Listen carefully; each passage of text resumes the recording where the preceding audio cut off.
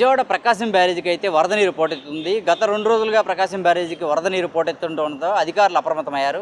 కృష్ణా జిల్లా ఏదైతే ఎన్టీఆర్ జిల్లా కలెక్టర్ లక్ష్మీషా ఉన్నారో ముందస్తుగానే అధికారులు అప్రమత్తం చేసి ఎక్కడికక్కడ ప్రత్యామ్నాయ చర్యలు చేపడుతూ ఏదైనా లోతట్టు ప్రాంత ప్రజలు సైతం ఇబ్బందులు ఎదుర్కోకుండా ముందస్తు చర్యలు అయితే తీసుకున్నారు.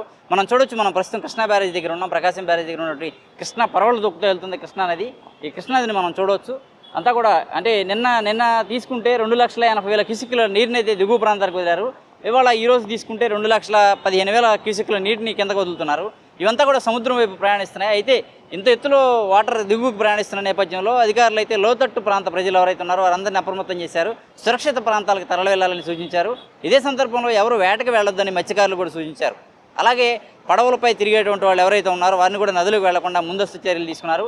ఏదైతే ప్రేమికులు కావచ్చు, కొంతమంది సందర్శకులు కావచ్చు, ఎక్కువ మంది ఈ పుష్కర ఘాట్ల వద్దకు వస్తుంటారు కృష్ణానది దగ్గర, వారెవరిని కూడా రాకుండా కట్టడి చేశారు. ప్రత్యేకమైనటువంటి బందోబస్తు అయితే పోలీసులు ఏర్పాటు చేశారు. ఇదే సందర్భంలో గతంలో ఈ కృష్ణానదికి వరద ఉధృతంగా రావడంతో బుడమేరే కావచ్చు, పలు ప్రాంతాలే కావచ్చు పొంగి ఇళ్ళన్నీ నీట మునిగినటువంటి సందర్భాన్ని కూడా మనం చూసాం. అటువంటి పరిస్థితులు తలెత్తకుండా ఇసుక మూటలన్నీ సిద్ధం చేసుకుని పెట్టుకున్నారు. ఇక్కడైతే ప్రస్తుతం మన కృష్ణా బ్యారేజ్ దగ్గర పరిస్థితి తీసుకుంటే కృష్ణానదిలోకి 30 గేట్లు 5 అడుగులు మేరెత్తి, 40 గేట్లు 4 అడుగులు మేరెత్తి దిగువకి నీటిని అయితే వదులుతున్నారు. మొత్తంగా 2 లక్షల పైచిలకు నీటిని వదులుతున్నారు. ఏదైతే ప్రత్యేక పర్యవేక్షణ అధికారులు ప్రత్యేక పర్యవేక్షణ కనబరుస్తూ ఎప్పటికప్పుడు నీటి విడుదల ఎంత దిగువకు విడుదల చేస్తున్నాం అనేది కూడా గణాంకాలను రిలీజ్ చేస్తున్నారు. ఇదే సందర్భంలో అటువైపు కృష్ణా జిల్లా, ఇటు గుంటూరు 2 వైపులా ఉన్నటువంటి బ్యారేజ్ కావడంతో గుంటూరు జిల్లా వైపు ఉన్న అధికారులను కూడా ఇరిగేషన్ అధికారులు అంతా కూడా అప్రమత్తంగా వ్యవహరిస్తున్నారు. అక్కడ పోలీస్ యంత్రాంగం కావచ్చు, ఇరిగేషన్ యంత్రాంగం కావచ్చు, రెవెన్యూ యంత్రాంగం కావచ్చు, ఇటు కృష్ణా జిల్లా ఎన్టీఆర్ జిల్లాలో ఉన్నటువంటి రెవెన్యూ, పోలీస్ అంతా యంత్రాంగం అంతా కూడా సమన్వయంతో ముందుకు వెళుతున్నారు. ఎక్కడ కూడా ఎటువంటి అవాంఛనీయ సంఘటనలు చోటు చేసుకోకుండా ముందస్తు జాగ్రత్తలు తీసుకుంటున్నారు. మరింత వరద ఫ్లో పెరిగే అవకాశం అయితే ఉంటుందని, దిగువకైతే నీటిని ముందుగానే వదిలేస్తున్నామని, ఎక్కడ ఎవరికి ఇబ్బంది కలిగే అవకాశం లేదని అయితే కలెక్టర్ చెప్తున్నారు. ప్రత్యేకంగా ఒక నెంబర్ అయితే కేటాయించారు అధికారులు. ఈ నెంబర్ ద్వారా ఏదైనా మీకు ఇబ్బంది కలిగితే మాకు తెలియజేయండి, ఈ నెంబర్కి కాంటాక్ట్ అవ్వండి అని చెప్పని అయితే ఎన్టీఆర్ జిల్లా కలెక్టర్ అయితే ఒక నెంబర్ను కూడా బయటికి రిలీజ్ చేశారు. ఆ నెంబర్కి కాల్ చేస్తే మీకు కలిగినటువంటి ఇబ్బందులు మేము తెలియజేస్తామని.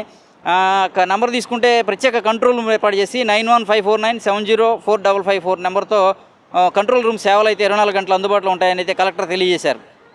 ప్రత్యేకమైనటువంటి SDRF, NDRF బృందాలను కూడా ఏర్పాటు చేశారు.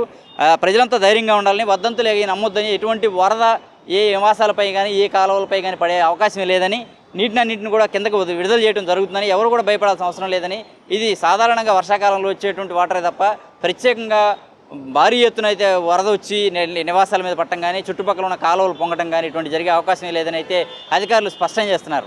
అయినప్పటికీ కొంత అప్రమత్తంగా ఉండాలని అయితే ప్రజలు మాత్రం సూచిస్తున్నారు. ఎవరు కూడా కృష్ణానది పరివాహక ప్రాంతాలకు రావద్దని మాత్రం తెలియజేస్తున్నారు. ప్రత్యేకంగా మత్స్యకారులకు బాగా ఎక్కువగా సూచనలు చేస్తున్నారు. మత్స్యకారులు అంతా కూడా ఎక్కువ వేటకు వెళ్తూ ఉంటారు. ఇక్కడ కృష్ణానదిలో వేట వృత్తిగా చాలామంది మత్స్యకారులు జీవనం సాగిస్తుంటారు.